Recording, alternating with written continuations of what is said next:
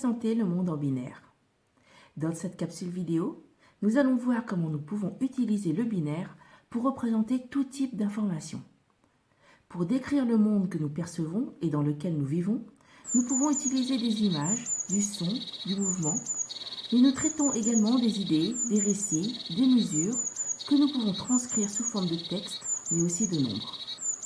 Nous allons voir dans cette séquence comment nous allons tout pouvoir représenter sous forme de suite d'éléments binaires appelés bits, qui pourront prendre soit la valeur 0, soit la valeur 1. Représenter les nombres. Voyons tout d'abord comment représenter les nombres à l'aide de bits. Nous allons vous présenter 5 cartes de droite à gauche. On a une carte de 1 point, de 2 points, de 4 points, de 8 points et de 16 points. Chaque carte comportant le double de points de celle immédiatement à sa droite. Lorsque les cartes sont retournées, les points ne sont pas visibles.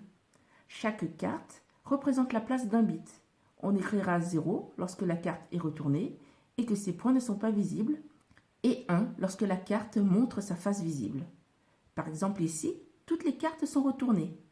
Le nombre de points visibles est de 0. Et la séquence de bits est 0, 0, 0, 0, 0. Ici, la carte à 8 points a été retournée. La séquence de bits est 0, 1, 0, 0, 0. Et le nombre de points affichés à l'écran est 8 au total. Ici, les cartes à 8 points et à 1 point ont été retournées. La séquence de bits est 0, 1, 0, 0, 1 et le nombre de points affichés à l'écran est 9 au total. Essayons toutes les combinaisons. Séquence binaire 0, 0, 0, 0, 0 pour représenter le nombre 0. Séquence binaire 0, 0, 0, 0, 1 pour représenter le nombre 1. Séquence binaire 0, 0, 0, 1, 0 pour représenter le nombre 2. Séquence binaire 0, 0, 0, 1, 1 pour représenter le nombre 3. Vous voyez, ça fait bien 3 points en tout. Séquence binaire 0, 0, 1, 0, 0 pour représenter le nombre 4. Séquence binaire 0, 0, 1, 0, 1 pour représenter le nombre 5. 6, 7, 8, 9, 10, 11, 12, 13, 14, 15, 16, 17, 18, 19, 20, 21, 22, 23, 24, 25, 26, 27, 28, 29, 30 et enfin 31. Avec juste seulement 5 bits pouvant prendre la valeur 0 ou 1, on a pu représenter les nombres de 0 à 31, soit 32 nombres.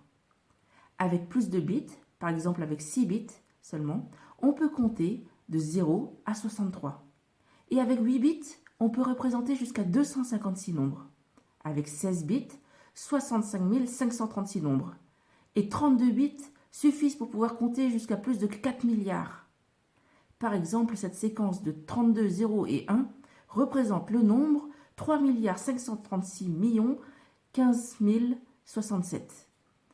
Voilà, nous avons vu comment utiliser les bits pour représenter des nombres. Représenter les textes. Maintenant que nous avons vu que les suites de 0 et de 1 suffisent pour représenter n'importe quel nombre, voyons comment représenter les textes à l'aide de bits. Voici un texte. Dans un premier temps, nous allons transformer les lettres en nombres. Par exemple, le A majuscule sera associé au nombre 65, le B à 66, le C à 67, etc. Il y a également des codes pour les lettres minuscules, les chiffres, les caractères d'espace, les caractères de ponctuation, etc. Voici par exemple le texte La Mésange, transcrit sous forme de nombre. Ce standard de codage s'appelle le code ASCII. Il permet ainsi de transcrire tout texte en une série de nombres, et donc de bits, puisque nous avons vu précédemment que nous pouvions facilement passer de nombres en bits. Voici le texte La Mésange, transformé en une simple série de bits. Représenter les images. Nous allons voir à présent comment représenter une image avec des bits. Prenons la photo de notre mésange. Nous allons travailler juste sur un tout petit morceau de l'image. Alors dans un premier temps, regardons d'abord comment une image noir et blanc peut être convertie en une série de bits. Si on regarde le petit morceau de l'image que l'on veut convertir en série de bits, on remarque qu'il ne s'agit que d'un simple quadrillage, dont certains carreaux sont en noir et d'autres en blanc. Ces carreaux s'appellent des pixels. Comme il s'agit d'une image noire et blanche, les pixels ici sont soit noirs, soit blancs. Il suffit donc de les coder en prenant par exemple 0 pour un pixel blanc et 1 pour un pixel noir. Et voilà, cette suite de bits 0 et 1 permettent de représenter l'image originale noir et blanc, et il est simple à partir de cette suite de bits de reconstituer l'image originale. Mais la couleur, me direz-vous? Bon, reprenons l'image couleur et zoomons encore sur la partie de la tête de la mésange. Là encore, nous voyons un quadrillage dont les pixels sont cette fois-ci de couleurs différentes.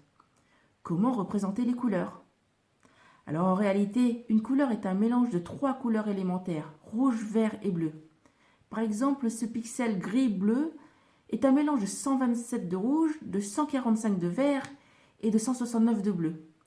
Les 3 couleurs élémentaires pouvant chacune prendre une valeur de 0 à 255. Il suffit donc de coder chaque pixel, non pas par un seul 0 ou 1, mais par 3 nombres. Or un nombre, entre des 0 et 255, se code par 8 bits. Chaque pixel est donc codé sur 3 fois 8 bits, c'est-à-dire 24 bits. Et voilà, l'image couleur peut encore ici être codée par une suite de bits. Alors en réalité, c'est un peu plus compliqué que ça, mais ce n'est pas l'objet de cette courte présentation. Il y a des opérations de compression, de filtrage et autres qui interviennent également suivant le format d'image. Mais vous voyez bien le principe qui permet de passer d'une image couleur à une suite de bits et inversement. Reconstituer une image couleur à partir d'une suite de bits. Représenter le son. Ici encore, nous allons voir comment le son peut être représenté sous forme binaire. Le son est une vibration dans l'air qui se propage sous forme d'onde.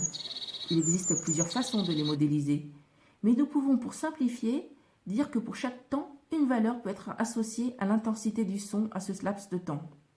Ainsi, durant un temps de son donné, une suite de nombres peut le représenter. Et là encore, qui dit nombre, dit série de bits. Nous pouvons donc représenter le son en bits et reconstituer un son à partir d'une série de bits. Représenter une vidéo. Une vidéo n'est qu'une série d'images mises bout à bout, accompagnées d'une ou de plusieurs pistes de son. On sait maintenant que les images et les sons sont représentables par une succession de bits. Les vidéos peuvent donc l'être aussi. Conclusion. Et voilà, nous avons vu que le binaire pouvait coder des nombres, du texte, des images, du son et de la vidéo. Toutes ces informations juste avec des 0 et des 1.